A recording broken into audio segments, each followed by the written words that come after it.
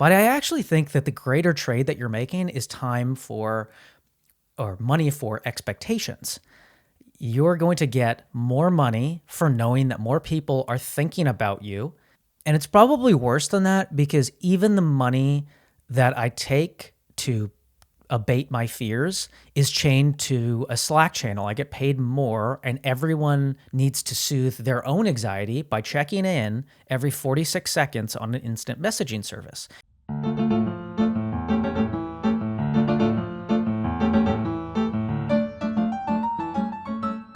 Welcome to Pray for Rain. I am your host, Jack Willis. It is good to be here with you today. For most of human history, money has been obviously attached to survival, food, shelter, keeping a roof over your head, keeping your children alive. But in developed countries, for a lot of us today, money has changed jobs. We no longer just ask it to keep us alive. We're asking it to make us feel safe, to feel respected or attractive, future-proof, or finally ready to begin our lives. We don't earn to be able to afford running water or cholera medication, but that doesn't really stop us from pursuing it. And I've realized this lately because I found myself in the unique, weird position of turning down a couple of job offers after going through the long, arduous interview process. And to my surprise, the words came out of my mouth. I actually don't think I'm the best person for this job, despite them offering me more money in a time when, in theory, I could use it. I projected myself into the ether at these jobs, and I didn't like what I envisioned or how I thought it would make me feel. And it's made me ask the question, how much money do I actually need, and what purpose is it serving? And this is part of the thesis of the show, that I'm noticing something about modernity that is making me feel neurotic, and try to ask a question if there's a historic approach to this that might make me feel less psycho. And when my friend was visiting me a couple of weeks ago, we were talking about jobs that we had when we were younger that we were nostalgic for. And he is Australian, so when he was younger, he was in Australia working at a warehouse doing shipping for Billabong, which is the most Australian thing I've ever heard in my life. But he loved this job because he could show up, he'd shoot the shit with the guys, pack some boxes, go to lunch, do some more, and then he'd go home. And what we loved about these older jobs is that as soon as you left the expectations and the stress of that job there. You went home knowing that people probably aren't thinking about you or your performance. And when people talk about trading time for money or more money, they mean that you are going to get paid more, and so you have to have more effort and time put into this job. And we typically understand that. But I actually think that the greater trade that you're making is time for or money for expectations. You're going to get more money for knowing that more people are thinking about you. And it's a weird bargain of salary for psychic state. We're going to pay you more, and just know that everybody is thinking about what you are doing all day. And that's what stresses me out anyhow when I get paid more at my job. And it's probably worse than that because even the money that I take to abate my fears is chained to a Slack channel. I get paid more, and everyone needs to soothe their own anxiety by checking in every 46 seconds on an instant messaging service. It's this weird, angsty panopticon mind thing that happens to us. But money isn't a bad thing necessarily. It's a wonderful thing. It allows so much. It buys you options. It allows you to hire a contractor or a nanny or afford a better school for your kids. Money can prevent you from having to grovel on LinkedIn, which is incredible. In theory, it can afford you more free time. Money has allowed me to not fly on Spirit Airlines, which I think is the greatest use of my income that has been ever conceived. And it's easy to act like money doesn't matter when nothing expensive is broken in your life, because as soon as an air conditioner breaks or a transmission goes out, well, then yes, give me all the money in the world. Money is great. I will accept every job. And some of us are in a really weird position where our good salaries exist because someone who had a high ambition for wealth started a company that employs us now. And I'm in that position. I wouldn't be waxing poetically about my salary if the founder of my company felt like he had enough and never wanted to start it in the first place. And I feel like a lot of people are in that same state. So it's a luxury belief to even talk about the idea of not earning more, to live in a society where the decision to stop earning more is fine and everything works out. I think it gets sharper when you don't have a lot of social capital nearby as well. When you don't have friends or family or cousins or a church or community down the street that can help you take care of your kids or move a couch, money has to do that work for you. It starts filling in for community. And sometimes it's good at that, but it's asking more of money to help you out there. And Aristotle actually talks about this. The origin of the word economy comes from the Greek oikonomia, which is oikos, not just a lovely Greek yogurt brand, but oikos meaning household, and I think nomos means management. So it's the managing of the household. And when Aristotle talks about this, it's the idea that we need to earn money in order to support the running of our household, in order to support the good life. And that becomes corrupted, or I think he calls it chromatostatistics, when you just earn money to earn money, when that becomes the ends in and of itself. I think we can take some of this with a grain of salt, because I think he talks about how to treat your slaves in oikonomia as well, this work. So we can't take it all. But I do think that's an interesting lens to view one's life through. Am I earning money to support the running of my household and the good life, or is it just to earn for other reasons that I'm not admitting to myself? And somewhere along the way, it's hard for me to tell when money stops being about supporting my own household and life and more of a fear abatement program. And yet it just doesn't stop me from wanting more or wanting a bigger salary and a larger bank account, because I will visualize that being able to afford me the lifestyle that I want that will make me happy in the future. And the reality of what I'm struggling with is that I can now afford a lot of the things that I was envisioning for my life before, and yet I still feel like a lot of my life has yet to begin. I still feel like there's a better house I need to buy, or I will fantasize about buying a property in an old home in upstate New York, and I'll get to fill it with all these books, and I'll have animals, and it'll be wonderful, and I'll finally live in this golden eternal presence and appreciation for my life.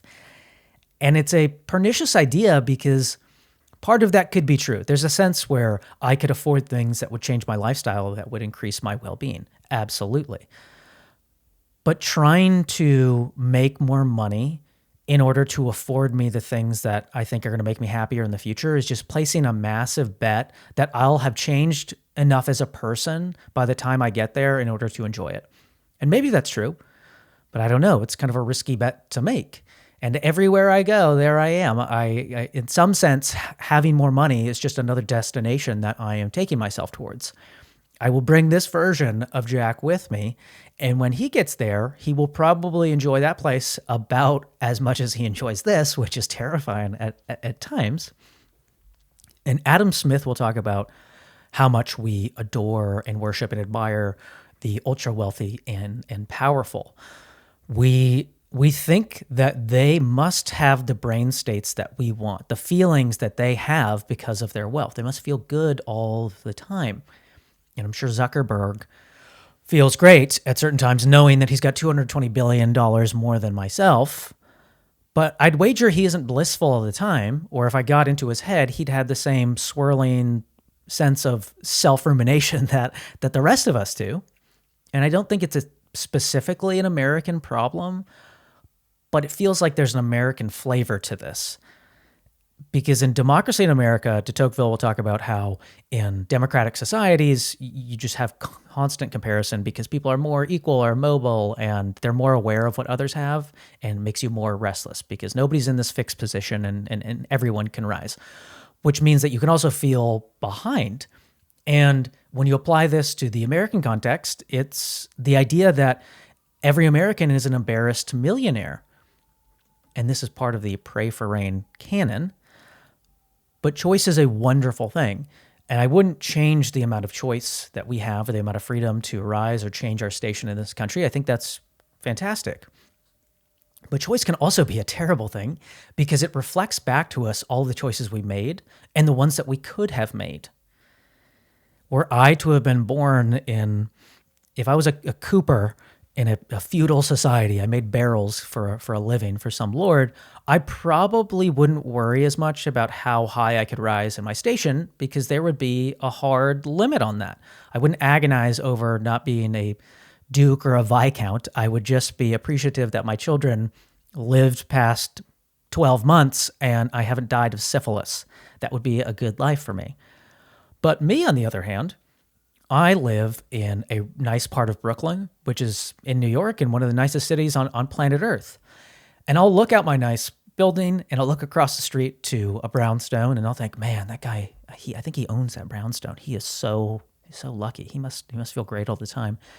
And I'm sure if I got into his head, he's thinking, yeah, this is great. I like my brownstone, but wouldn't it be great to own in Brooklyn Heights? That's really where it is. That's the nicest part of Brooklyn.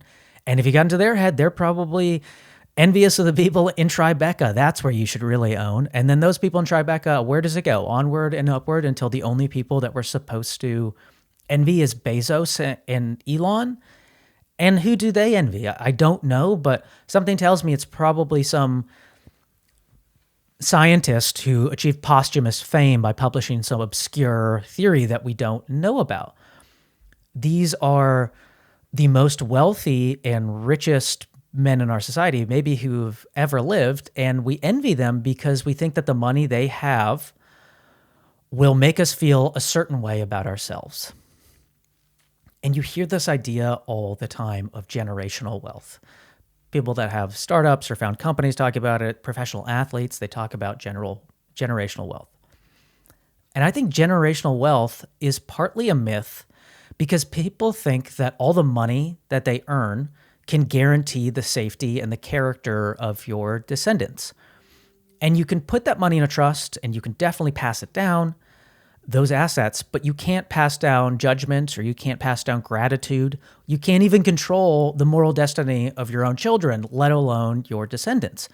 Eventually, you're going to have a grandson named Derek with a coke habit who wants to finance movies, or a granddaughter with a shopping addiction and, God forbid, does OnlyFans. We have some influence over our kids, but probably not as much as we would hope. And the idea that I'll ensure their development or their eternal safety by getting a lot of money seems wrong to me. And I say this because I think that we will have made a mistake if generational wealth is the measure of a successful financial life, at least for myself. And not that it's a bad thing to want that or to even achieve that. If you have an inside line on some Powerball numbers, please send me an email. I will gladly accept those. I just think that the idea of generational wealth distracts me personally from trying to practice more gratitude for the already wonderful things I have in my life now. And I heard on some podcast, I don't remember, they had must have been a wealthy guy on because they asked him, what is your definition of wealth? What does that mean to you? And he said, I think you're wealthy when your adult children want to spend time with you. And that hit me like an anvil. And it seems so true, or at least I want it to be true. It doesn't answer every question about wealth or how much we should have or what number to target, because you still need a base amount of money in order to support your own life and your household. But it feels like real wealth is not my descendants are going to inherit my assets and they're safe and morally structured for forever. We don't have that much control.